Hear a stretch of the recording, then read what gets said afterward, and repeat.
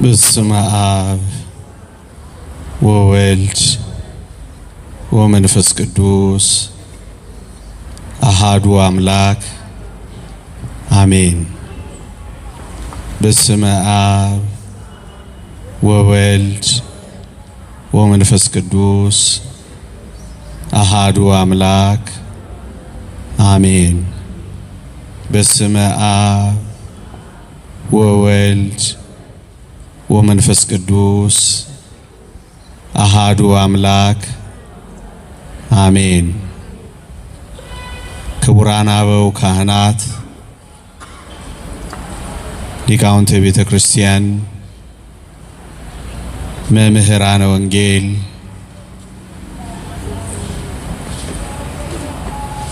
ልዑል እግዚአብሔር በወርቀ ደሙ የዋጃችሁ ለሰማይ መንግስቱ ያጫችሁ ተስፋ መንግስተ ሰማያትን እንድትወርሱ የተጠራችሁ የልዑል እግዚአብሔር ቤተሰቦች፣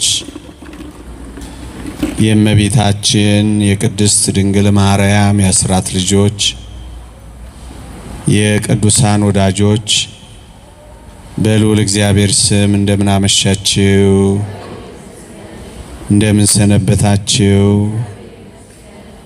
በምህረቱ የጎበኘን እንደ በደላችን ያልከፈለን እንደ ኃጢአታችን ያልተቆጣጠረን ይቅር ያለን እድል የሰጠን የአባቶቻችን አምላክ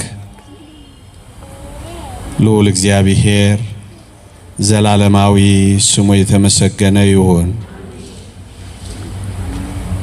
ለቀደምት አበው ለነቢያት፣ ለቅዱሳን ሐዋርያት፣ ለሐዋርያውያን አበው ለሊቃውንት የገለጸውን ጥበብና ምስጢር ለሁላችንም ይግለጽልን።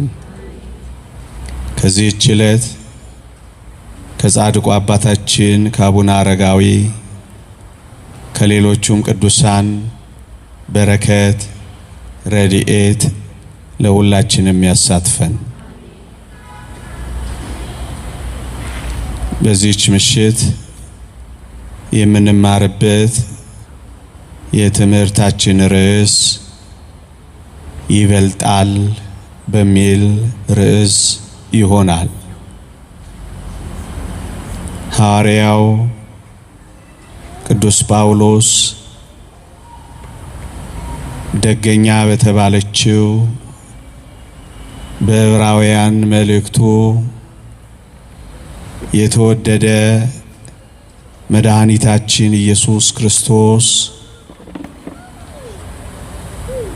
ከነርሱ አብዝቶ ይበልጣል በማለት ከቅዱሳን መላእክት ጋር በማነጻጸር አስተምሯል። እኔም ይህንን ርዕስ በዚህ ዘመን የተወደደ መድኃኒታችን ኢየሱስ ክርስቶስን እንዲህና እንዲያ እያሉ ከሚናገሩ ያንሳል እያሉ ከሚሰብኩ ጥቂት ሐሳቦችን ለምእመናን ለማስገንዘብ ይህንን ርዕስ መርጬዋለሁ። በክርስቶስ ሰው መሆን፣ በጌታችን መከራ መቀበል ዓለም ተሰናክሏል። በመሰቀሉ አዋርደውታል። መከራ በመቀበሉ አፊዘውበታል። ለዚህ ነው ጌታችን የመጨረሻውን ሊቀ ካህናት እንደመሆኑ በጸለየው በዮሐንስ ወንጌል ምዕራፍ 17 ላይ አባቴ ሆይ ጥንት በነበረው ክብር አክብረኝ ብሎ ጸልዮአል። ይሄ ማለት መሰቀሌን አይተው መሞቴን አይተው መከራ መቀበሌን አይተው መጸለይን አይተው እንዳያዋርዱኝ ክብሬን ግለጽ ማለቱ ነበረ። አዎ የተወደደ መድኃኒታችን ኢየሱስ ክርስቶስ ከሁሉም አብዝቶ ይበልጣል። ተነጻጻሪ፣ ተወዳዳሪ፣ ተፎካካሪ፣ ተስተካካይ የሌለው የባህሪ አምላክ ነው። መጽሐፍ ቅዱሳችን ከሞት መከራ የተነሳ ከመላእክት በጥቂት አንሶ የነበረውን ይህን ኢየሱስን የክብርና የምስጋና ዘውድ ተጭኖ እናየዋለን ይላል ቅዱስ ጳውሎስ። ከመላእክት እንኳን አነሰ የተባለው ወገኖቼ ከሞት መከራ የተነሳ ነው የሚለው። መላእክት መከራን አልተቀበሉም። መላእክት አልሞቱም። መላእክት ደማቸውን አላፈሰሱም። እዩ ከሞት መከራ የተነሳ ነው የሚለው። መላእክት እንዲህ ስላልሆኑ ጥቂት አነሰ ተባለ እንጂ እርሱማ ከሁሉ በላይ አብዝቶ የሚበልጥ ነው ወገኖቼ። ለዚህ ነው ቅዱስ ጳውሎስ ከመላእክት ጋር አነጻጽሮ ሲያስተምር መላእክቱን መናፍስት አገልጋዮቹንም የእሳት ነበልባል የሚያደርግ ይልና ስለ ልጁ ግን ይላል ስለ ክርስቶስ አምላክ ሆይ ዙፋንህ ከዘላለም እስከ ዘላለም ድረስ የጸና ነው። የመንግስት በትር ያለህ ነህ፣ ባለ መንግስት ነህ ብሎ ያነጻጽራል። መላእክትን አገልጋዮች፣ ክርስቶስን ግን አምላክ ሆይ ዙፋንህ ከዘላለም እስከ ዘላለም ድረስ ይለዋል። አያችሁ ምእመናን፣ እንደውም ቅዱስ ጳውሎስ በደንብ ሲያብራራ ከመላእክትስ በቀኜ ተቀመጥ ያለው ከቶ ለማን ነው ይላል። በባህሪ አባቱ በአብ ቀኝ የተቀመጠው ከመላእክት አንዱ ይመስላችኋል? ከመላእክት ወገን በዙፋኑ የተቀመጠ ማን አለ? መላእክት ቆመዋል። የባህሪ ልጁ ኢየሱስ ክርስቶስ ግን ተቀምጧል። የቆመ ይበልጣል ወይስ የተቀመጠ ነው የሚላቸው ቅዱስ ጳውሎስ? የቆመ የሚያገለግል አይደለምን? የተቀመጠስ እሱ ከቆመው የሚበልጥ አይደለምን ነው የሚላቸው። አዎን አብዝቶ ይበልጣል፣ የሚተካከለው የለም ወገኖቼ። ለዚህ ነው ከመላእክት አይነጻጸርም። እንደውም ዕብራውያን ምዕራፍ 1 ጥቂት ዝቅ ብሎ ስታነቡት በኩርን ወደ ዓለም ሲያገባ መላእክቱ ሁሉ ለእርሱ ይስገዱ ይላል ተብሎ ተጽፏል። መላእክት ሁሉ ይሰግዱለታል። ታዲያ ማን ነው የኔና የእናንተን ጌታ መልአክ ነው ብሎ ሊተቸው የሚችል? ማን ነው? ማን ነው ቅዱስ ሚካኤል ነው የሚለው? እንደዚህ የሚሉ እኮ ስላሉ ነው። እርሱ አብዝቶ በላጩ ነው፣ የሚበልጠው ነው። እሱ ተወዳዳሪም ተፎካካሪም ተከራካሪም ተስተካካይም የሌለው ወገኖቼ ከሞት መከራ የተነሳ ነው። መጽሐፍ ላይ አንድ ሁለት ቦታ አነሰ የሚል ቃል የምታገኙት፣ እሱንም በደንብ ገልጾታል። ከሞት መከራ የተነሳ ነው የሚለው። ለዚህ ነው ጌታችን በመሰቀሌ በመሞቴ እንዳያዋርዱኝ እኔን ፈጣሪውን ፍጡር እንዳያደርጉኝ ክብሬን ግለጽላቸው ያለው ለዚህ ነው ወገኖቼ። አንዳንዶች ሲጸልይ ሲያዩት አማላጅ አድርገውታል፣ የሚያንስ አድርገውታል። እሱ ግን የሁሉ በላጭ ከሁሉ የሚበልጥ ነው። አንዳንዶች ወደ ነገሬ በደንብ ስገባ አንዳንዶች ቀለል ሊያደርጉት ሲሞክሩ ምን ታካብዳላችሁ ይሉናል እኛን ኦርቶዶክሳውያን። ክርስቶስ ያለ አባት ከእናት ብቻ ተወለደ ብላችሁ ምን ታዳንቃላችሁ ይሉናል። አዳምስ መች ከአባት ተወለደ? ሔዋንስ መች ከእናት ተገኘች? ታዲያ የኢየሱስ ምን ልዩ ሆኖ ነው ይህን ያህል አየሩን የምትይዙብን ይላሉ በዘመኑ ቋንቋ ሊወያዩን ሲመጡ። እኛም እንዲህ እንላቸዋለን፣ አዳም ለሰው ተፈጥሮ መጀመሪያ ሆኖ ነው ይሄ የሆነው። የክርስቶስ ግን በጣም የሚያስደንቀው በሩካቤ መዋለድ ለሰዎች ሥርዓት ከሆነ በኋላ በተለየ ሁኔታ ያለ ወንድ ዘር ያለ አባት ስለተወለደም። ታዲያ እንዴት ነው ማይደንቀው? በዘር መዋለድ በሩካቤ መዋለድ ሥርዓት ከሆነ በኋላ ለዚህች ዓለም እርሱ ከዚህ ውጭ ሆኖ ሲወለድ ላይደንቀን ነው?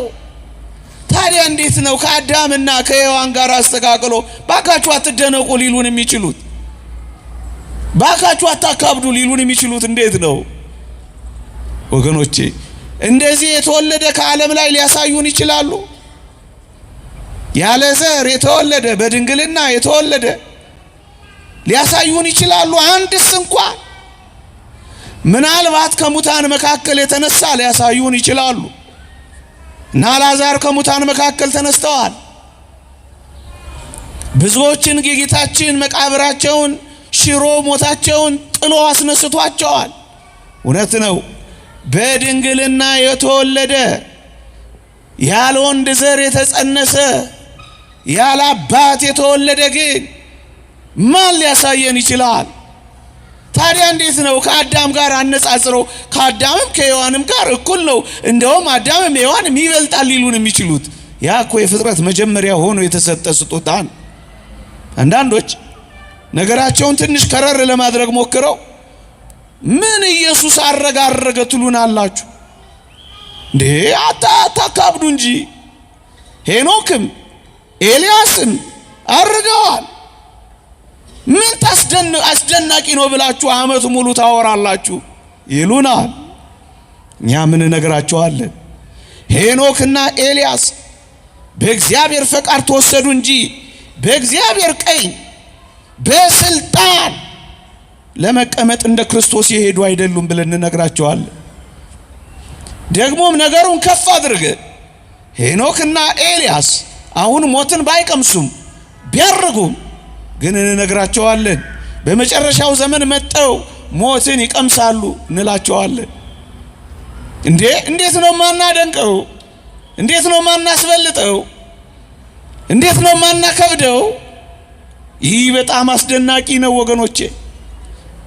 እውነት እንነጋገር ከተባለ መጎናጸፊያውን ትቶ ከሄደው ከኤልያስ ይልቅ ስጋውንና ደሙን ሰጥቶን የሄደው ክርስቶስ አይበልጥም? የተወደዳችሁ ክርስቲያኖች በእሳት ሰረገላ ካረገው ከኤልያስ ይልቅ ልብሱ እሳት መረማመጃው እሳት የሆነው አይበልጥም? እንዴት አድርገው ነው ሄኖክም ኤልያስም ቀለል አድርገዋል ሊሉን የሚችሉት? ከሄኖክም ከኤልያስም የማይተካከል እርገትን ገንዘብ ያደረገ እሱ ነው።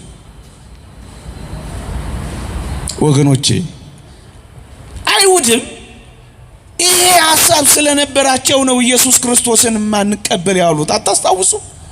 የዘውትር ጥያቄያቸው አንተ ከሙሴ ትበልጣለህ ነበር እኮ። አታስታውሱ? አንተ ከአባታችን ከሙሴ ከበለጥክማ መናን አውርደን አሳየና ሙግታቸው ነበር። ትበልጣለህ አትበልጥ? ጥያቄያቸው ነው። ዓለምም ዛሬ የተሰናከለው እኮ በዚህ ነው። ከሙሴ እኩል ሊያዩት ይፈልጋሉ። ከኤልያስ እኩል ሊያዩት ይከጅላሉ። ከአንድ ነቢይ እኩል ሊያዩት ይፈልጋሉ። ነቢያችን ብቻ ነው ሊሉትም ይከጅላሉ። እኩል ሊያረጉት ይፈልጋሉ። እኛም እንዲህ እንላቸዋለን። ሙሴ መናን አውርዶላቸው ነበረ፣ እውነት ነው። አሁን የምንነግራችሁ ከሁሉ ይበልጣል የምንላችሁ ክርስቶስ ግን ራሱ የሕይወት መና ሆኖ የወረደ ነው ብለን እንነግራቸዋለን። ከገባቸው ሙሴ ተአምራት ሲያደርግ እንደ ባሪያ ነው። በትር ይዞ ጸልዮ ነው። ክርስቶስ ግን እንደ ሙሴ በትር አልያዘም፣ እንደ ሙሴ አልጸለየም። ይልቁንም ምእመናን ጌታ ባሪያውን ፍጡር ፈጣሪውን እንደሚያዘው ባህርን አዘዛት እንጂ ነፋስንም ገሰጻት እንጂ ማይበልንም ጸጥ አረጋት እንጂ። ታዲያን ይሄንን ከሙሴ ጋር ሊያነጻጽሩ ይፈልጋሉ። የተወደዳችሁ ምእመናን ነገራችንን እያሳደግነው እንምጣ።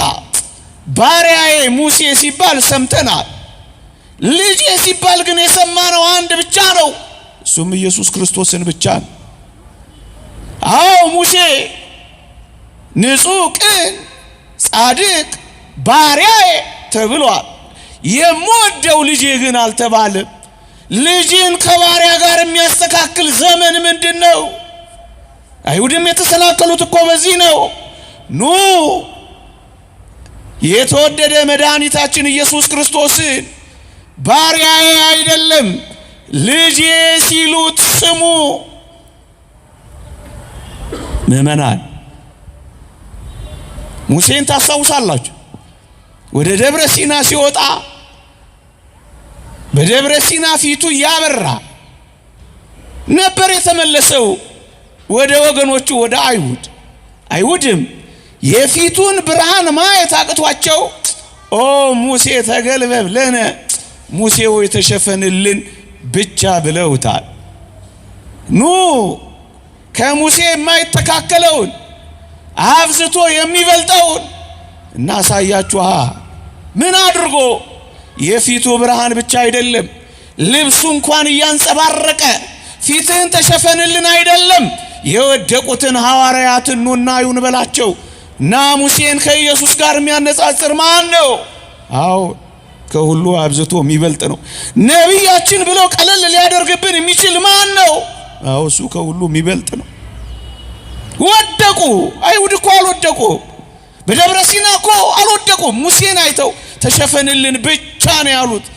ሲሸፈን ጸንተው ቆመዋል። አሁን ግን የፊቱ ብርሃን ብቻ አይደለም፣ ልብሱን ማየት አልቻሉ። በፍጹም ወደቁ። ታዲያ ይሄንን ትበልጣለህ አትበልጥም ብሎ ሊጠይቀው ብሎ ሊሞግተው የሚችል ማን ነው? የተወደዳችሁ ክርስቲያኖች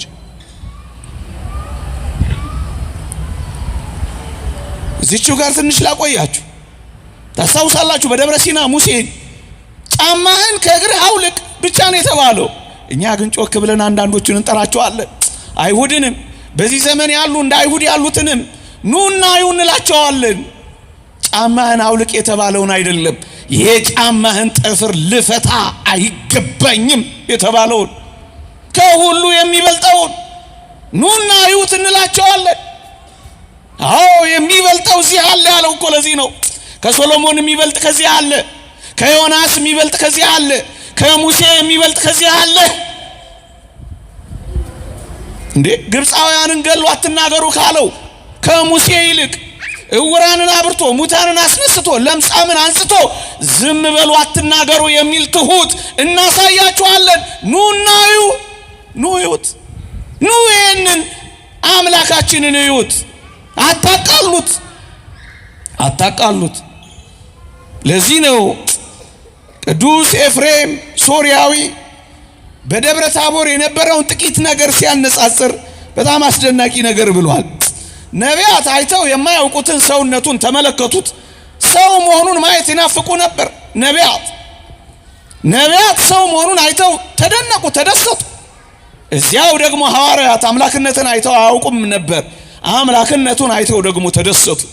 ኑ አምላክነቱንም ሰውነቱንም አዋህዳ የምትመሰክር እቺን ቤተክርስቲያንን እንዴት አክብራው እንደምታስበልጠው ኑናዩ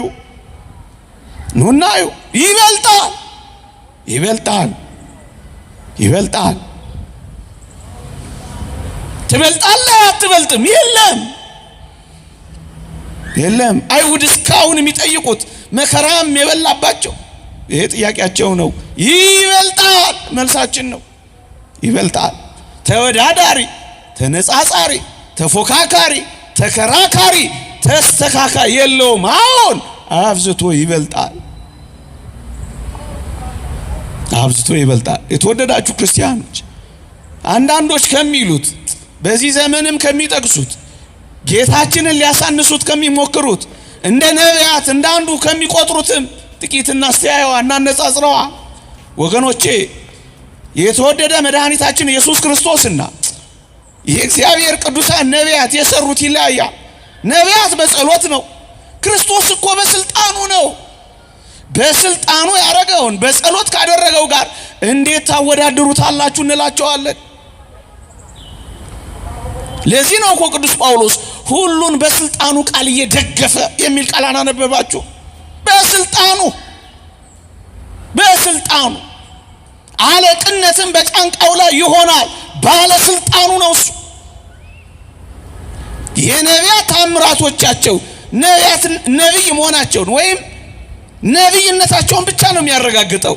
የጌታችን የመድኃኒታችን የኢየሱስ ክርስቶስ ተአምራት እስካላችሁኝ አምላክነቱን ነው የሚያረጋግጠው። እንዴ በደረቅ ግንባር ላይ አይን መፍጠር ተአምራት ብቻ ነው?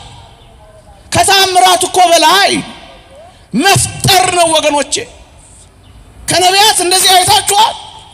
ውሃውን ወይን ማድረግ ተአምራት ብቻ አይደለም። አንድ ሊቅ እንደተናገረው መፍጠርም ጭምር ነው። ባለስልጣኑ ነው። ምእመናን እውነት እንነጋገር ከተባለ ከነቢያት ኃጢአትን ይቅር ለማለት የቻለ ማን አለ? እስኪ እንገሩና። እኛ ግን እናሳያቸዋለን። ኃጢአት ተሰረየችልህ ያለ አንድ ክርስቶስ አለ። ታዲያ እንዴት ነው ከነቢያት ጋር የተነጻጸረ ወገኖቼ? እስካሁን ድረስ እኔ እስከምናገርባት ቅጽበት ድረስ በተወደደ በመድኃኒታችን በኢየሱስ ክርስቶስ ስም የሚደረጉ ተአምራት ስፍር ቁጥር የሌላቸው፣ መቁጠር ማንችላቸው፣ መመዝገብ ማንችላቸው እነዚህ አስደናቂ ተአምራትን ተመልከቱ። እንደዚህ የበዛ ተአምራት ከነቢያት ለማን ተደርጎ ያውቃል ወገኖቼ? ለማንም። ታዲያ ማን ነው ጌታችንን ከነቢያት ጋር አነጻጽሮ እኩል ነው ወይም ያንሳል ሊለን የሚችለን? አዎ ከነሱም አብዝቶ ይበልጣል። ነቢያት ጸልየው፣ ነቢያት ለምነው ነው እኮ ተአምራት ሲሰሩ መንክራትንም ሲያደርጉ የነበረው ወገኖቼ። ኢየሱስ ክርስቶስ ግን ጸልዮ ለምኖ አይደለም ተአምራት ያደረገው። አይደለም። ክርስቶስ ተአምራት ለማድረግ ወደ እግዚአብሔር አልጸለየም። በቀጥታ ያለ መዘግየት ራሱ ነው ያደረገው። ታዲያ እንዴት ነው ከሚጸልይ ከሚለምን ጋር ያነጻጸሩት ወገኖቼ? የሞተውን በትእዛዝ አላስነሳም። ይሄን መካድ ማን ይችላል? በትእዛዝ ብቻ ጸልዩ አይደለም፣ በትእዛዝ ብቻ። ሽባውንስ ተነስተ ቁም አላለው? በትእዛዝ ብቻ። ለምጻሙንስ ንጻ አላለው? በቃሉ ብቻ። እውሩንስ ብርሃን ሰጥቼዋለሁ አላለው? እንዲያይስ በስልጣኑ ብቻ። ታዲያ ማን ነው በስልጣኑ የሚያደርገውን በጸሎትና በልመና ካደረገው ጋር አነጻጽሮ ቢያንስ ነው የሚለው? አይደለም። ምእመናን የተወደደ መድኃኒታችን ኢየሱስ ክርስቶስ አንድ ጊዜ ጸልየዋል። አልዓዛር ከሞት ሲነሳ እንዴ አልዓዛር ከሞት ሲነሳ ኢየሱስ ጸልዮ አልነበር እንዴ? አዎ ጸልየዋል። የጸለየው ግን እንደ ነቢያት እንዲህና እንዲህ አድርግልኝ ለማለት አይደለም።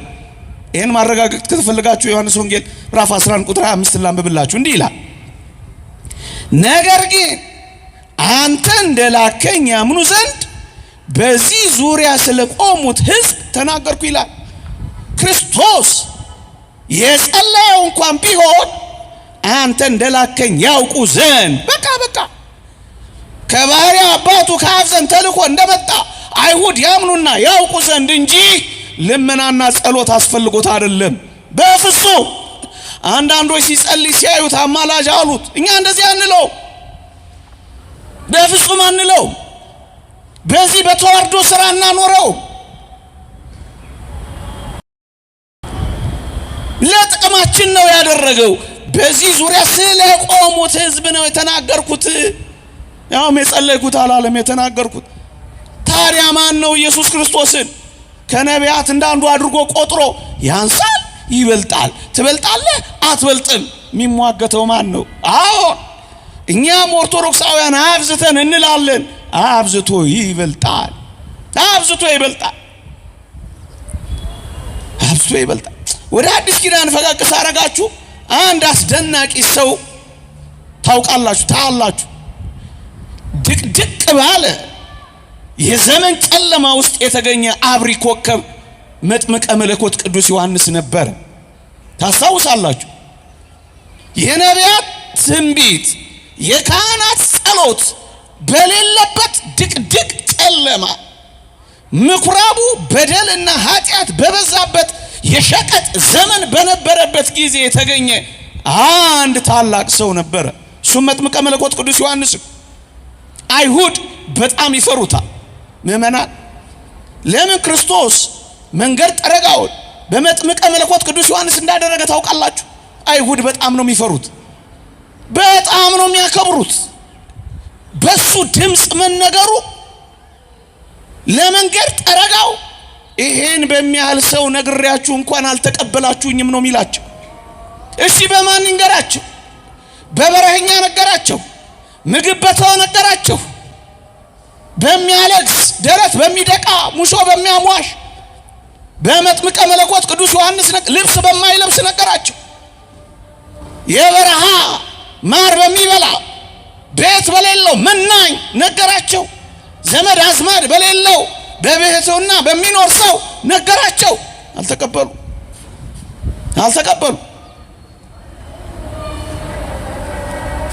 ጭራሽ እነዚህም ተጨምረው አይሁድ መጥምቀ መለኮት ከኢየሱስ ክርስቶስ ይበልጣል ሙግታቸው ሆነ።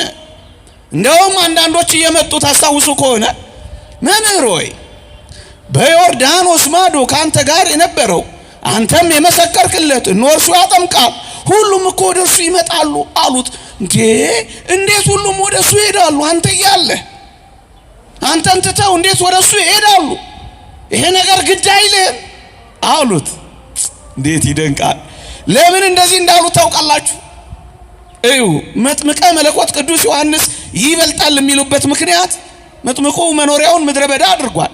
ኢየሱስ ክርስቶስ ጌታችን ግን መኖሪያው ዮሴፍ ቤት ነው፣ ቅዱስ ዮሴፍ ቤት ነው። መጥምቀ መለኮት ቅዱስ ዮሐንስ ዘመድ አልባ ነው። እናቱም አባቱም በቅርብ በልጅነቱ ሞተዋል፣ ዘመድ አልባ ነው። ኢየሱስ ክርስቶስ እናቱም ቅዱስ ዮሴፍም አሳዳጊውም አሉ። ይሄ ብቻ አይደለም። መጥምቀ መለኮት ቅዱስ ዮሐንስ ልብሱ መናኛ ነው። ኢየሱስ ክርስቶስ ይብዛም ይነስ በአንድ ልብስ ተጣብቆ ነው እቺን ዓለም የጨረሰው። ይሄ ብቻ አይደለም። ያ መብሉ መናኛ ነው። ኢየሱስ ክርስቶስ እየበላ እየጠጣ ነው የመጣው። መጥምቀ መለኮት ቅዱስ ዮሐንስ በጣም ብዙ ተከታዮች አሉት። ክርስቶስ ቢከተሉት አረጋውያን ዮሴፍና ደካማ የሆነችው ሰሎሜ ናት። ከዛም በጣም የተወደደችው አስደናቂው እናቱ ናት። ከዛ በቀር ማንም የማያውቀው ዓለም ቸል ያለው ብቸኛ የሆነ ነው ክርስቶስ።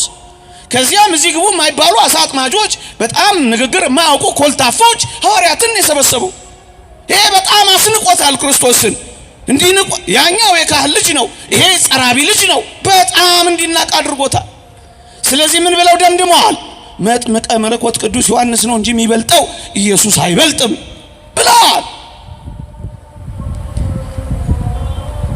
ለዚህ እኮ ነው አይሁድ ደማቸው የሚፈላው ደሞ የሚንተከተከው ነተውም የጠየቁት እኮ ኧረ ብዙ ሰው እየተከተለው ነው ሳይቃጠል በቅጠል ይሄ ሰውዬ ብዙ ሊያጠፋ ነው ብለው እኮ የሚነግሩት እኮ ለዚህ ነው። እንዴት ይደንቃል ምእመናን! መጥምቀ መለኮት ቅዱስ ዮሐንስ የተወለደው ፀሐይ ስታንስ ነው። እንደ ቤተክርስቲያናችን ትምህርት የተወደደ መድኃኒታችን ኢየሱስ ክርስቶስ የተወለደው ፀሐይ ስትጠልቅ ነው። ለምን? አይነጻጸሩማ፣ አይወዳደሩማ። ጌታ ከባሪያው ጋር፣ ላኪ ከተላኪው ጋር እንዴት ይነጻጸራል? ይሄንን አላወቁትማ። ለዚህ ነው ቅዱስ ዮሐንስ የተወደዳችሁ ክርስቲያኖች ታውቃላችሁ ዘመድ ናቸው። ኤልሳቤጥና እመቤታችን ዘመድ ናቸው። መጥምቀ መለኮት ቅዱስ ዮሐንስና ጌታችን ዘመድ ናቸው። አሁን ግን እቅጩን ተናገረ ቅዱስ ዮሐንስ። ዘመድ ስለሆነ አይደለም እኔ ላንስ እሱ ከፍ ከፍ ሊል ይገባል አላ። ከማጋት ታወዳድሩታላችሁ? እንግዲያውስ በቅዱሳት መጻሕፍት እንደ መጥምቀ መለኮት ቅዱስ ዮሐንስ ከሴቶች የሚበልጥ የለም። ከሴቶች የሚበልጠው እንኳን እኔ ላንስ እሱ ከፍ ከፍ ሊል ይገባል ካለ እንዴት አድርገው ነው ሊያነጻጽሩት የሚገባው? ከሰው ወገን ከሁሉ አብዝቶ ይበልጣል። ከኔ በኋላ ሲመጣ ከኔ የሚያንስ እንዳይመስላችሁ ከኔ በፊት የነበረ ነው አላቸው። እኔ በውሃ ሳጠምቀው ስታዩ ከኔ የሚያንስ እንዳይመስላችሁ እርሱ በእሳትና በመንፈስ የሚያጠምቃችሁ ብርቱ ነው። ከኔ በረታ አላቸው። ከኔ በረታ ነው አላቸው። እንደው ቅድም የጠቀስኩትን አስደናቂ ቃል እንኳን ጫማውን አላቸው። ጫማ መያዝ በጣም የተዋርዶ ስራ ነው። እንኳን ጫማውን አለ የጫማውን ጠፍር እንኳን መያዝ አልችልም፣ መንካት አልችልም አለ። እንዴት ከፍ ከፍ እያደረገው እንደመጣ ተመልከቱ። ታዲያ ከማን ጋር ታወዳድሩታላችሁ? እንደውም ቅዱስ ዮሐንስ በጣም ያስደንቃል። በጣም የሚገርሙ ቁም ነገሮች አሉት። ይኸውላችሁ ባጠምቀው ወይም ሊጠመቅ ወደ ዮርዳኖስ ሲመጣ ስታዩት እንደናንተ አድርጋችሁ እንዳታስቡት አላቸው። ለዚህ ማስረጃ ሲያቀርብላቸው ነው አበገው እግዚአብሔር ዘያትቱ ያሴስል ኃጢአት ዓለም የዓለምን ኃጢአት የሚያስወግድ የእግዚአብሔር በግ አላቸው። ሲጠመቅ ሲመጣ እንደናንተ ለኑዛዜ የመጣ እንዳይመስላችሁ አላቸው። ስለዚህ እኩል እንዳታረጉት እንደውም የዓለምን ኃጢአት ሊያስወግድ የመጣ ነው አላቸው። ኃጢአት የሌለበት ነው አይደለም ያላቸው። ምእመናን እንዳትሳሳቱ። የሚያስወግድ ነው ያላቸው፣ የሚያስተሰርይ ነው ያላቸው። እንዴት ለቃሉ እንኳን እንደተጠነቀቀ ተመልከቱ ወገኖቼ። ታዲያ እንዴት ነው ከሚጠመቁት ጋር ሊያስተካክሉት የሚችሉት? እንዴት መጥምቀ መለኮት ቅዱስ ዮሐንስ ከፍ እያደረገው እንደሆነ ተመልከቱ። ጌታችን ወደ ዮርዳኖስ ገብቶ ሲጠመቅ ታስታውሳላችሁ። ሁሉም ሲጠመቁ ወደ ዮርዳኖስ ገብተው ትንሽ ጊዜ ዮርዳኖስ ወንዝ ውስጥ ይቆዩ ነበረ። ለምን? ኃጢአታቸውን ስለሚናዘዙ። ወንጌላችን ግን እንዴት አሸብራቂ! መንፈስ ቅዱስ ግን እንዴት እንደገለጠልን እዩ። ተጠመቀ ወዲያውም ከውሃ ወጣ ነው የሚለው። ኢየሱስ ክርስቶስ በዮርዳኖስ ወንዝ ተጠምቆ ወዲያውን የወጣው ለምን አልቆየም? ሊናዘዝ አልመጣማ። ኃጢአታችንን ይቅር ሊለዋ የመጣው። ስለዚህ በዮርዳኖስ አካባቢ ያሉት ነገሩን የበለጠ እንዲረዱት እነዚህ ነገሮች እንዴት ውብ ሆነው ተገለጹ መሰላችሁ? አዎ ከአዳምም ከሔዋንም ከሄኖክም ከኤልያስም ብርቱ ነቢይ ከነበረው ከሙሴ ደጋግ ከነበሩ ቅዱሳን ነቢያት እጅግ ከከበረው ከመጥምቀ መለኮት ቅዱስ ዮሐንስም ጋር አይነጻጸርም፣ አይወዳደርም፣ አብዝቶ ይበልጣል። ለዚህ ነው ወንጌላችን ደጋግሜ ልናገረው ከሶሎሞን የሚበልጥ ከዚህ አለ። ሲጨፍን ከሚያየው ከሶሎሞን ይልቅ ሲሞት ሕያው የሆነው ኢየሱስ ክርስቶስ ይበልጣል። ተወዳዳሪ፣ ተፎካካሪ፣ ተነጻጻሪ የለው።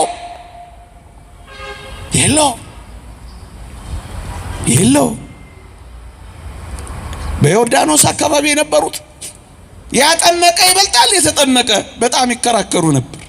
እግዚአብሔር ይሄንን ለክርክራቸው አሳልፎ አልሰጣቸው። መፍትሄ ሰጥቶት ያለፈው ምን አድርጎ ታስታውሳላችሁ? መንፈስ ቅዱስ በርግብ አካል ሲወርድ ታስታውሳላችሁ። ወዲህና ወዲህ አላለም። በቀጥታ ሄዶ በክርስቶስ ላይ አረፈ። መጥምቀ መለኮት የሚበልጥ እንዳይመስላችሁ። መንፈስ ቅዱስ የመጣው ለመጥምቀ መለኮት ቅዱስ ዮሐንስ የመጣ እንዳይመስላቸው በቀጥታ ጌታችን ጋር ሄዶ አረፈ። እንደውም አንድ ሊቅ ምን ይላል? ለአብ ቃል መንፈስ ቅዱስ እጅ ሆነው ይላል። እጅ ሆነው ጠቆመው፣ አሳየው። ይህ ለምን ሆነ? ለዮሐንስ የመጣ ምስክርነት እንዳይመስላቸው። ለምን? የምወደው ልጄ ይህ ነው ይላልና። የምወደው ልጄ ያለው ዮሐንስ መጥምቅን ነው ብለው ኢየሱስ ክርስቶስን ይጥፋልን ያሉትን እንዳጸድቁ በቀጥታ ኢየሱስ ክርስቶስ ላይ ሄዶ አረፈ። ታዲያ ማን ነው አሁን እንዳልኳችሁ የሚያነጻጽረው? እንኳን አይደለም እኛ እንኳን አይደለም በዚህ ምድር ያለ ነው ከሴቶች ልጆች ከተወለዱት በላይ የሆነው መጥምቀ መለኮት ቅዱስ ዮሐንስ እንኳን አንተ በእኔ ልትጠመቅ ትመጣለህን ያለ እንዳይመስላችሁ። ቃሉን እንኳን መጠቀም አልፈልግም ይላል ዮሐንስ አፈወርቅ። እንዴት ፈራ መሰላችሁ? አንተ ለኔ ወደ እኔ መጥተህ ትጠመቃለህ ሊለው አልፈለገም። እና ምን አለው? አንተ ወደ እኔ ትመጣለህን። አቤት አቤት! እንዴት ያሉ ትሑታን፣ እንዴት ያሉ ቅዱሳን፣ እንዴት ያሉ ንጹሃን፣ እንዴት ያሉ ጠንቃቆች እንደሆኑ ተመልከቷቸው። ለሚናገሩት ንግግር እንኳን አንተ ወደ እኔ ትመጣለህን ትጠመቃለህን እኮ አላለው። እንዴት ደፍሮ ይናገረው? እንዴት ሊያጠምቀው ይችላል? ያኔ ነው ከሴቶች ሁሉ ከተወለዱት በላይ ያደረገው። ዝቅ ሲል ከፍ አደረገው። የጫማን ጠፍር መፍታት አልችልም ሲለው አይ ና እጅህን ራሴ ላይ አድርገው አላ። ነገሩን እንደዚህ ቀየረ። ሴቶች ከወለዷቸው በላይ አደረገው። ታዲያ ይሄ ከክርስቶስ ጋር እኩል ካልሆነ፣ ጭራሽ ካልተነጻጸረ ታዲያ እንዴት ነው ምእመናን የሚያነጻጽሩት? ነቢያችን ከሚሉት ጋር የሚያነጻጽሩት? ከማጋ ይወዳደር? ከማጋ ይነጻጸራል? ከማጋ ይተካከላል? ከማጋ ይወዳደራል? ከማጋ ይፎካከራል? አሁን ከሁሉ አብዝቶ ይበልጣል። ከሁሉ አብዝቶ ይበልጣል። ከሁሉ አብዝቶ ይበልጣል። አታውቁትም ብዬ አይደለም፣ ሃይማኖት ለማጽናት ነው ይሄን የምንናገር። አብዝቶ ይበልጣል። አብዝቶ ይበልጣል። አብዝቶ ይበልጣል። በተለይ ይሄ ዘመን እና ባለፉት ዘመናት ይሄን ዘመን ሊያረጉ የሚፈልጉት እግዚአብሔርና የእግዚአብሔር የሆነውን ነገር ማሳነስ የሚፈልግ ሐሳብ አለ፣ ርዮት አለ። በተለይ በዚህ በ18ኛው መቶ ክፍለ ዘመን የነበረው ኦገስት ኮምቴ የተባለ ሰው አንድ የተናገረው ንግግር አለ። በመጨረሻው ዘመን የሰው ልጆች ማህበራዊ ሳይንስ አመለካከትን እያገነኑ ሃይማኖትን እያቆሰሱ እያሳነሱ እንዲሄዱ ይደረጋል ይላል። እግዚአብሔር እንዲያንስ ይሄ ዓለም ላይ ያለው ፍልስፍናና ሳይንስ እንዲበልጥ ይፈልጋል ይላሉ። በላጭ አድርገው ሊያመጡት የሚፈልጉት ነገር ይኖር ይሆናል፣ አላውቅ፣ ግን እሱ ነግሮናል። አያችሁ ክርስቲያኖች፣ ክርስትናችን የሚያንስ ጌታችን ከሁሉም እንደሚበልጥ እሱ የሰጠን ክርስትናም ሃይማኖታችንም እምነታችንም ከማንም አይተካከልም።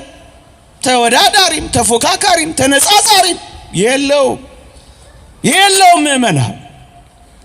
ይሄን ስላችሁ ሳይንስን መከተላችሁ፣ ሳይንስን መማራችሁ፣ በሳይንስ መጠቀማችሁን መንቀፊያ አይደለም። ጥሩ ነው። ከሃይማኖት በላይ ግን አይደለም። ከክርስትናችን በላይ ግን አይደለም። ወዳጄ፣ በተለይ ወጣቶች ስለ ፀሐይ መመራመራችሁ ጥሩ ነው፣ እሰየው፣ ተመራመሩ ስለ ፀሐይ። እኔ ግን አንድ ነገር ነግራችኋለሁ። ሳይንሳዊ ብትሆኑ እውነት ነው፣ ስለ ፀሐይ ትመራመራላችሁ፣ ከዋክብትንም ታውቃላችሁ፣ መልካም ነው፣ እሰየው። እኔ ግን ከዛ የሚበልጠውን ልንገራችሁ። ክርስቲያንና መንፈሳውያን ከሆናችሁ ወይ እንደ ኢያሱ ወይ እንደ አባ ዜና ማርቆስ ፀሐይን ታቆማላችሁ፣ ፀሐይን ታዘገያላችሁ። እግዚአብሔር እንደዛን ቀን ሰምቶት የሚያውቅ ጸሎት የለም ይላል መጽሐፈ ኢያሱ። ፀሐይ ስትቆም ምእመናን፣ ሳይንሳዊ መሆን ጥሩ ነው፣ ክርስቶሳዊ መሆንን ግን የሚተካከለው የሚወዳደረው የሚፎካከረው ነው የሌለው። ምእመናን ስለ ባህርና ስለ ውቅያኖስ መመራመር ኦሺዮኖግራፊስት ሊያረጋችሁ ይችላል። እሰየው፣ በጣም ጥሩ ነው፣ መልካም ነው፣ አጥኑት። እኔ ግን እነግራችኋለሁ ክርስቲያን ብትሆኑ ክርስቶሳውያን ብትሆኑ ግን እመኑኝ ባህርን መክፈል ትችላላችሁ። በውሃ ላይ ትራመዳላችሁ።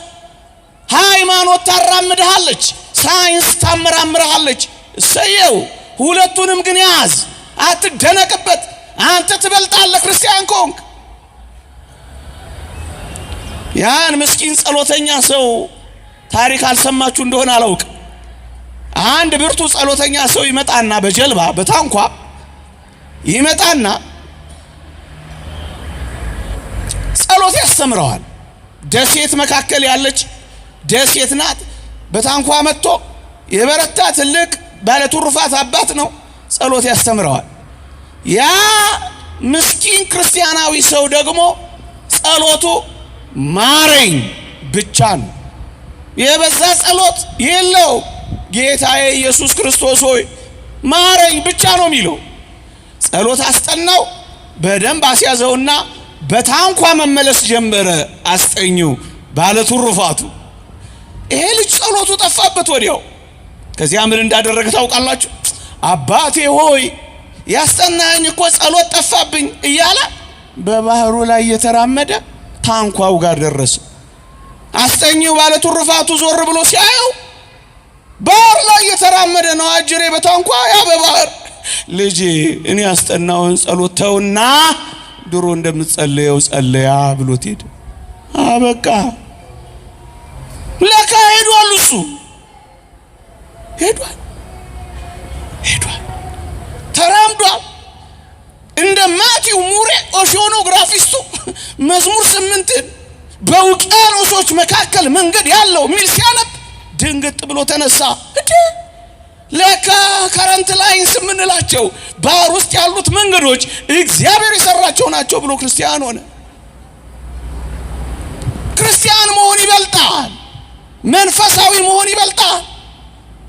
ስለ ስነ ህይወት ስለ ባዮሎጂ ማወቅ በጣም ጥሩ ነው፣ ምርጥ ነው፣ በጣም ድንቅ ነው፣ እጹብ ነው፣ አጥኑት። እኔ ግን የሚበልጠውን ህይወት ላሳያችሁ። ባዮሎጂ ስር ከሌለው አይበቅልም ይልሃል። በቃ ፎቶሲንተሲስ ፕሮሰስ ካልተደረገበት ይዘጋባሃል፣ አይበቅልም ይልሃል። እሰየው ይሁን። እኔ ግን ዮሐንስ አጽይርን ላሳያችሁ በሞቴ። አንድ ዱላ ስር የሌለው በትር ዱላ ሰጥተውት አጽድቀህ አሳየን አሉት። 3 ዓመት እየጸለየ እየተንከባከበ ፍሬ አፈራ።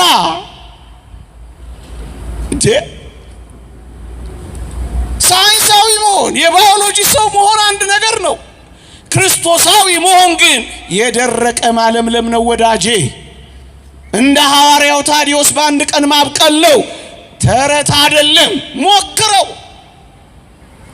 የሚበልጥ ህይወት ነው ያለን እኮ። የሚበልጥ ህይወት ማን ከማጋ ይወዳደራል? ወዳጄ ክርስቲያን መሆን ስላቃተን እኮ ነው አውሮፕላን በጣም የናፈቀን እንጂ ምርጥ ክርስቲያን ብንሆን ና ደመና በለ በደመና ላይ ተጭነ እንደሚል ቂቁል ዝማዊ ወይ ቶማስ ዘንዴኬ በደመና ትሄድ ነበር። እርግጥ ለአንዳንዶች ተረት ነው። የት ያውቁታል? መኖር ሲያቅት የለም ብሎ እንደ መካድ ያለ ወንጀል አለ። እንደዛች ቀበሮት ያየች አሉ ወይን ያማረ ወይን መብላት ፈለገች። እናም ቀስ ብላ ከፋለች ልትበላ፣ አልደረሰችበትም፣ ወረደች። ትንሽ በስጨት አለች። እንደገና ለመብላት ከፋለች፣ ዘለለች፣ አልደረሰችበትም፣ ወረደች። እንደገና ወደ ኋላ ተንደረደረች፣ አቅሟን ሰበሰበችና ያንን ወይን ለመብላት ዘለለች፣ አልደረሰችበትም፣ ተፈጠፈጠች። እንደው ምን እንዳለች ታውቃላችሁ? ወይኑ እንደውም አልበሰለም አይጣፍጥም አትልም። ታዲያ ቀበሮ ከዚህ በላይ ምን ልታስብ ትችል ኖሯል? ምንኩስና ሲከብዳቸው ምንኩስና የለም፣ ገድል መስራት ሲያቅታቸው ገድል አያስፈልግም። ምን አይነት ዘመን ነው? እኛ ከዚህ ወዳጄ እርግጠኛ ነኝ በጣም ብዙ ሳይንቲስቶች፣ በጣም ብዙ ተማሪዎች አንስታይንን ያደንቁታል። እውነት ነው፣ ይደነቃል። እሰይ ይደነቃል። ይሁን እሺ፣ አንቃወምም። አንስታይን ኤነርጂን ወደ ቁሳካልን ወደ ኤነርጂ በመቀየር ባደረገው ምርምር አቶሚክ ቦምብን ሰራና ያው ሁለቱን ከተሞች ድምጥማጣቸውን አጠፉ፣ ሂሮሺማና ናጋሳኪ። ስንት አካል ጉዳተኛ፣ ስንት 23 ሚሊዮን ዶላር ዓለም ብጥብጧ ወጣ። ወዳጄ እኔ ግን አንድ ቁም ነገር ልንገርህ። ቀና ብለህ እስከ እነዚህን ከዋክብቶች ያቸው። ጠዋት ስትወጣ እስኪ ፀሐይን ተመልከታት። የኔና የእናንተ ጌታ እግዚአብሔር ከትሪሊየን በላይ አቶሚክ ቦምብ ታጥቆ አንድ ቀንም አላፈነዳብህም። እነዚህ የምታያቸው ከዋክብትና እነዚህ የምታያቸው ፀሐይ፣ ጨረቃ አቶሚክ ቦምቦች ናቸው፣ ግን አንድ ቀንም አልፈነዱ። የሚበልጠው ጌታ ይዟቸዋል። ወዳጄ ለምን ነው የምትመሰጠው? በዚያ ንውልል የምትለው? ይሁን እሺ፣ ተደነቅ፣ ተመሰጥ። እግዚአብሔርን እስከ መካድ ግን የሚያደርስ ምን ሆነ ነው? የሚበልጠው ዓለም አለ። የሚበልጠው ዓለም ዘማውያን የነበሩ ሴቶች አይደል? ቀስ ብዬ ልናገረው። እነ ማርያም ግብፃዊት አንድ ክንድ ከስንዝር ከመሬት ከፍ ያሉት እነ ግራቪቲን እኔ ምንድነው የሚባለውን እናንተ ፊዚክስ ላይ ያጠናችሁትን የዲስፕሌስመንት ምንጥስ ቅብጥር ስምትሉት እሱ ነው ያሸነፉት እኮ። ንስሐ የገቡ ሰዎች ናቸው፣ በረሃ የወደቁ ሰዎች ናቸው። አባዞሲ ማስመቶ ትዝ አይላችሁ? እሺ ባርኪኝ አላት። ካህንም ነህ እንጂ ባርከኝ አለችው። ይመስጠኛል ሁሌ ታሪኳ። እግዚአብሔር ያሳያችሁ ከየት ጥግ እንደመጣች እቺ ሴት። እንችላለን፣ ትችላላችሁ፣ መመለስ ብቻ ነው። ከዚያ አስደናቂ ጥግ የመጣች ሴት ዮርዳኖስ በረሃ ወድቃ በማጌጥ የኖረች ሴት ገላዋን ባዶዋን ቀርታ እሳት የለበለባት መስላ ዛፎቹ እንደተቃጠሉባት ሰውነቷ የተቃጠለባት ሴት ባርኪኝ አላት። ካህን ባርከኝ አለችው። በምን አወቀች? ዋይፋይ የለ፣ ቻት የለ። በምን አወቀች? ምስኪን አንተ እኮ ነው አሁን ቤት ቁጭ ብለህ እንትን የምትለው እንጂ እዚያ የሶሪያን ንጉሥ እኮ ታሪክ የሚያወራለት የእግዚአብሔር ነብይ ነው። የሚበልጥ ነው ወዳጄ። ዋይፋይ ሳይኖር የኖሩ ከዚያ የሚበልጥ ጸጋ እኮ ነው ክርስትና ያለው። ክርስቶሳዊ መሆን ይበልጣል። እግዚአብሔራዊ መሆን ተወዳዳሪም ተስተካካይም ተፎካካሪም የለውም። ምእመናን ጸልይልኝ አላት። አንተ ካህን ጸልይልኝ፣ ተሟገቱ። እሺ አብረን እንጸልይ አለችው። አብረው ለመጸለይ እሷ ከፊት እሱ ከኋላ ቆመው። ወዳጄ አንድ ክንድ ከስንዝር ከመሬት ከፍ ብላ ነበር። ኖ ግራቪቲ የለም። ኤክስ ስኩዌር ሳይን ቴታ ኮስ ቴታ የለም። ፊዚክስ የለም። ፊዚክስ ደግሞ ማታ ገባና አታጥናሉ። አጥና የሚበልጣል ለማለት ነው። እየሰማችሁኝ ነው? የሚበልጣውን ዓለም ለማየት ነው። የሚበልጥ ዓለም በእውነት እኛ ካልደረስንበት ይሄ ህይወት የለም የሚሉ እንዴት ያሳዝናሉ። እኛ ካላየ ነው። እኛ በምን አቅም ትኑረው? ለሌሎች ነው፣ ለእናንተ አይደለም። በደመና የሚበሩ ታይተዋል። የዓለት ብልት የሚመረምሩ ታይተዋል። የንፋስ ሹክሹክታ የሚሰሙ ታይተዋል። የወፍ ቋንቋ የሚያደምጹ ታይተዋል። እግዚአብሔር ያዩ። አሁን እንደው አንዳንዶች ጥያቄ እንዴት ያሳዝናል። ምን እንዴት ላይ ሆነው እንዴት እኛን ያያሉ እዚህ ምድር ላይ? እንዴ እግዚአብሔርን ያዩ አንተ ልታቀታቸው ነው? ወዳጅ እንደው አንድ ቁም ነገር እንነጋገር። በምድር ሆነው ወደ ሰማይ አይተዋል አላዩም? ለካይኔታ ወደው አይደለም አላችሁ የሚሉት አላችሁ? የለንም ብትሉኝ ግን ምን ሊውጠኝ ነው? ምድር ላይ ሆነው እኮ የሥላሴን ዙፋን አይተዋል አላዩም? አይተዋል? ንገሩኝ በሞቴ ብቻዬን እንዳልጮህባችሁ እናንተም ተባብራችሁ ጮህብኝ። አይተዋል አላዩ? አይተዋል አላዩ? ምድር ላይ ሆነው የሰማዩን ዝማሬ አይተዋል አላዩም? ምድር ላይ ሆነው ወደ ሰማይ ሄደው ተሳትፏል አልተሳተፉም? እስከ ሶስተኛው ሰማይ ተነጥቋል አልተነጠቀም? ወዳጄ ምድር ላይ ሆነው በብዙ ድካም የሰማዩን ዓለም ከጎበኙ ከበቁ ፍጹም ከሆኑ በኋላ በሰማይ ከሆኑ በኋላ ወደ ምድር ምንም አያውቁም። እንዴት ያሳፍራል! ሁሉን ከሚያውቀው ጋር እየኖሩ አያውቁም። እንዴት ያሳፍራል! የሚበልጥ ዓለም አለን ወዳጄ፣ የሚበልጥ የሚበልጥ እሱን ላንብብላችሁና ነገር ልጨርሰው። የእግዚአብሔር ቃል እንዲህ ይላል ዕብራውያን ምዕራፍ 11 ከቁጥር 25 እስከ 26 ከግብፅም ብዙ ገንዘብ ይልቅ በሞቴ ስሙኝ ከግብፅም ብዙ ገንዘብ ይልቅ ስለ ክርስቶስ መነቀፍ እጅግ የሚበልጥ ባለጠግነት እንዲሆን አስቧልና ይላል። ሙሴን እኮ ነው። በሞቴ ልድገመው በጣም ሁሌ ስለሚመስጠኝ ነው። ከግብፅ ብዙ ገንዘብ ይልቅ ስለ ክርስቶስ መነቀፍ እጅግ የሚበልጥ ባለጸግነት እንዲሆን አስቧልና ለጊዜው በኃጢአት ከሚገኝ ደስታ ይልቅ ከእግዚአብሔር ሕዝብ ጋር መከራ መቀበልን መረጠ፣ ብድራቱን ትኩር ብሎ ተመልክቷልና። የሚበልጥ ባለጸግነት የት? በረሃ ውስጥ። ሙሴ ያለው እኮ ፈርዖን ቤት ነው፣ ቤተ መንግስት ሆኖ ግን አንድ ነገር ተረዳ። ምን? የሚበልጥ ባለጸግነት ያለው ከእግዚአብሔር ጋር በረሃ ውስጥ ነው። በግብፅ ውስጥ ካለው ጊዜያዊ የገንዘብ ደስታ ይልቅ ከክርስቶስ ሕዝብ ጋር በረሃ ለበረሃ መንከራተት የሚበልጥ ነው። የሚበልጥ ሕይወት አለልህ። ከእግዚአብሔር ጋር መራም ከጠንቋይ ጋር ከመጥገብ ይበልጣል። ንጹህ ሆኖ መራቆት ረክሶ ከማጌጥ ይበልጣል። እንዳትታለሉ፣ ይበልጣል። ከእግዚአብሔር ጋር ጎመን ወጥ መብላት እግዚአብሔር ከሌለበት ፍሪዳ ከማረድ ይበልጣል። የሚበልጥ ዓለም ማለት ይሄ ነው። አዎ የፈርዖን ልጅ ከመባል የክርስቶስ ልጅ መባል ይበልጣል። ቤተ መንግስት ውስጥ እየኖሩ እግዚአብሔርን ካለማወቅ በረሃ ውስጥ እየኖሩ እግዚአብሔርን ማጣጣም ይበልጣል። እየጠገቡ ከማንኮራፋት እየተራቡ መጸለይ ይበልጣል። ወጣቶች የሚበልጥ ዓለም አለ። እሱ ነው እኮ ከጊዜያዊ ደስታ ጊዜያዊ መከራ መቀበል ይበልጣል። ለጊዜው ነው መከራ የሚቀበለው እኮ ሙሴ። እመነኝ ክርስቲያን ከሆንክ ለጊዜው ነው መከራ የምትቀበለው። ለጊዜው ነው የምትቸገረው። ለጊዜው በጣም ለጊዜው ቢያስፈልግ በልዩ ልዩ ፈተና ለጊዜው ጥቂት ጊዜ ትፈተናላችሁ። ጥቂት ጊዜ ለጊዜው ጊዜያዊ ነው። ቋሚ እንዳይመስላችሁ። ይሄ ዓለም ቢያስከፏችሁ ቋሚ እንዳይመስላችሁ። ብታዝኑ ቋሚ እንዳይመስላችሁ። ብታጡ ቋሚ እንዳይመስላችሁ። ሆድ ቢቢሳችሁ ቋሚ እንዳይመስላችሁ።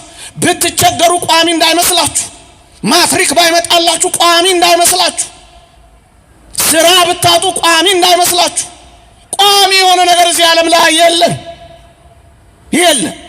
ቋሚው ይሄ በዚህ ውስጥ የምታገኙት ሕይወት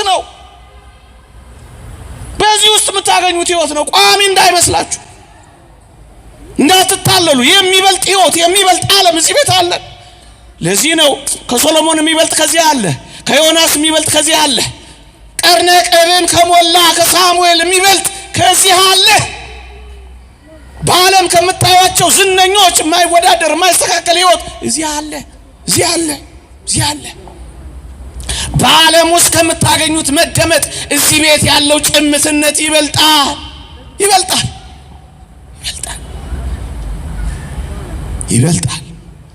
ከፈርዖን ባለጠግነት ከክርስቶስ ጋር የምትኖር ድህነት ትበልጣለች። ለዚህ ነው የሚበልጥ ባለጸግነት ያለው። የሚበልጥ አቅቷቸው እንዳይመስል በረሃ የወረዱ ትተውት ነው።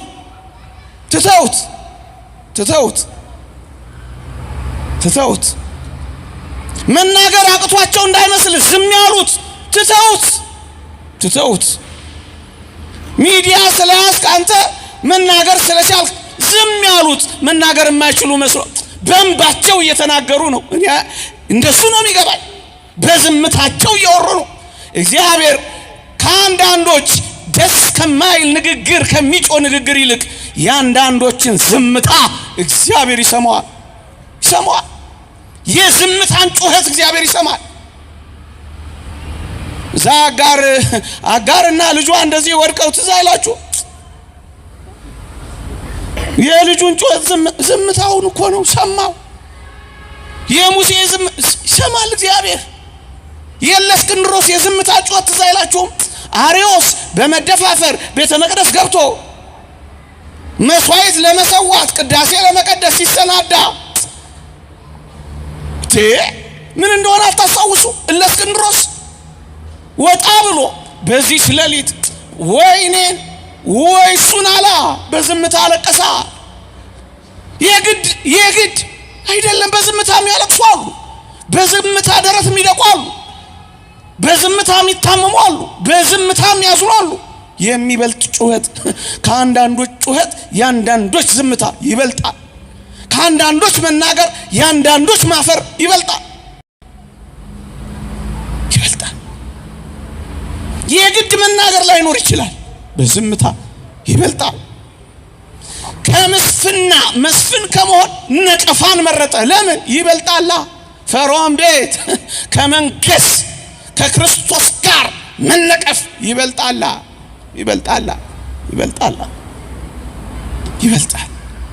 ተቆጣችሁ እንዴ? ሞራል ይዞኝ ነው አስከፍታችሁኝ አይደል? ሰምታችሁኛል? አበደ እንዴ እንዳትሉኝ፣ አብጄ አይደል። በጣም የሚበልጥ ህይወት አለ ለማለት እሱን ለማሳየት እኮ ነው። የሚበልጥ ህይወት አለ። ቅዱስ ጳውሎስ እንደውም ግሩም አድርጎ ገልጾታል። እዚህ ዕብራውያን ምዕራፍ 10 ቁጥር 34 ላይ የሚበልጥና ለዘውትር የሚኖር ገንዘብ በሰማይ ራሳችሁ እንዳላችሁ ታውቃላችሁ ይላል። ክርስቲያኖች የሚበልጥ ለዘውትር የሚኖር በሰማይ ነው ያለን። እዚህ ስላጣችሁ ቅር አይበላችሁ፣ አይክፋችሁ። ደጋግመን የምንለው ዘመን ቅር ስላሰኛችሁ አንጎታችሁን አታጎንብሱ፣ ቀና በሉ፣ ደስ ይበላችሁ። በምትካፈሉበት መከራ ልክ ደስ መሰኘት ከጀመራችሁ የሚበልጥ ገንዘብ በሰማይ ራሳችሁ እንዳላችሁ ታውቃላችሁ። የሚበልጥ ዓለም አለ። ስለዚህ ለዚህ ዓለም አንበረከክም። ስለዚህ ለዚህ ዓለም አንሸነፍም። ስለዚህ ለዚህ ዓለም እጅ አንሰጥም። እሱ ነው መርሃችን። የሚበልጥ ለዘውትር የሚኖር ይሄ ማይኖር ለዘውትር የሚኖራል። ይሄ ሌሎች ነው፣ የክርስቲያኖች አይደለም፣ የእውነተኞች አይደለም፣ የሐሰተኞች ነው። የንጹሃን አይደለም፣ የዘማውያን ነው። የታማኞች አይደለም፣ የሌቦች ነው። ለምን አጣን እንዳትሉ፣ የዚህ ዓለም የአይን አምሮት፣ የልብ ምኞት፣ የምላስ ጣዕም በጣም አጭር የኔና እናንተ ግን ለዘውትር ነው፣ ለሁል ጊዜ አጭር ነው፣ በጣም አጭር። አንድም እንደው የተዋበ በጣም ምርጥ የሆነ እንደው በዚህ ቋንቋ ልግለጸው ብዬ ነው እንጂ ለመድረኩ አይመጥም። ግን በጣም ግሩም የሆነ ምግብ ቢቀርብና አይናችሁ መቼም አይን ነው መጀመሪያ አይደል? አይን ነው መቼም በአይን ውስጥ ነው የሚገባው። በአይናችሁ አያችሁት፣ ጎመጃችሁ። መጎምጀት የሚመጣው ከማየት ጎመጃችሁ፣ ልትበሉት ፈለጋችሁ። ይሄ የአይን አምሮት፣ የአይን መከጀል፣ የአይን መጎምጀት ብዙ ጊዜ ለዘውትር የሚኖር ነው አይደለም። እና እስከ መቼ ነው ካላችሁኝ ጠቅልላችሁ ታፋችሁ እስክትጎርሱት ድረስ ነው። ከዛ በኋላ ምግቧል የአይን አምሮታል አጭር ነው፣ በጣም አጭር። የምላስ ጣዕሙማ በስማም ያጭር ከየት እስከየት ስትበላው ከጣፈጠ ምላስ ላይ ብቻ ነው። ትንሽ ፈቀቅ ካደረከው ወደ ጉሮሮ በቃ ሌላ ነገር ነው፣ ያጭር ነው። ሰምታችሁኛል? አሁን ኢኮኖሚ ያጋድልን። ሌላ ምን አለ? ምግብ የዓለም ዋና ጉዳይ ምግብ አይደለም። በምግብ ሰብል ራስን መቻል አይደል? መጥፎ አይደለም፣ ጥሩ ነው። ምግብ ነው ግን አጭር ነገር ይልጠቅልለው።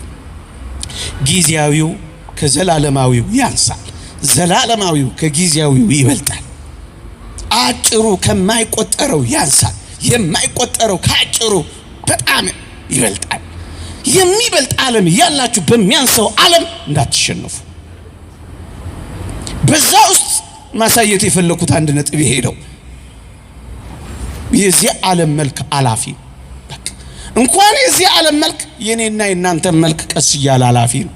ቀን በቀን መስታወት ላይ እንዳትጣዱ እንጂ ቀን በቀን ፊታችሁ የሆነ ነገር እየሆነ ነው የሚመጣው። ታውቃላችሁ አይደል? እናንተ እየታገላችሁ የሆነ ነገር እየቀባችሁ ልትወጥሩት ትሞክራላችሁ እንጂ እየላላ ነው አይደል? እናንተ ንገሩኝ እንጂ ምን ቦጣ እኔ ወደ ወንዶች ሳፈጥ ልክ አይደለሁም ወደ እናንተ የዚህ ዓለም መልክ አይደለም እኛ ቀን በቀን እየቀነስን ነው የምንሄደው አንቀነስም ኩላሊት እየቀነስን የሆነ ነገር እየቀነስን ይሆናል እየቀነስን እኮ ነው የምንሄደው ጉልበት እየቀነስን አቅም እየቀነስን አይደለ እየቀነስን ነው ያነሰ ነው የሚሄደው የሚበልጥ ግን አለ የሚበልጥ ዓለም የሚበልጥ እንደውም ጻድቁ ኢዮብ በዚህ መጽሐፈ ኢዮብ ምዕራፍ 20 ቁጥር 5 ላይ የኃጢአተኛ ፉከራ አጭር መሆኑን የዝንጎችም ደስታ ቅጽበት መሆኑን አታውቁም ምን ይላል ኃጢአተኞች ከፎከሩ አይዟችሁ ሁሉ አይፎክሩም ማጭር ነው ዝንጎችም ከታበዩ ኩራት ከተሰማቸው አይዟችሁ ለቅጽበት ነው በጣም ብዙ መስሏችሁ አይክፋችሁ አጭር ዓለም ለምንድን ነው በጣም ብራንድ የምትቀያየረው ሞዴል በሞዴል የምታረገው ይሄን አለ ስልኩን ተመልከቱት 16 ሳያልቅ 17 እንኳን ብዙ አላቆም እግዚአብሔር ይመስገን አይደለ አንዱ ሳታጥመው አንዱን ትደፋባለች ለምን መሰለ ትሰለቻለች ስለዚህ እንዳትሰለች ምን ታረጋለች አይምሮንም ሊናንም ለመያዝ ብራንድ ሞዴል እየቀያየረች ታካልባለች ብራንድ ሞዴል የሌለው የማይቀያየር የማይለወጥ የማያረጅ ትላንትም ዛሬም ለእስከ ዘላለም አንድ የሆነው የኔና የናንተ ጌታ ብቻ ነው ይቆየን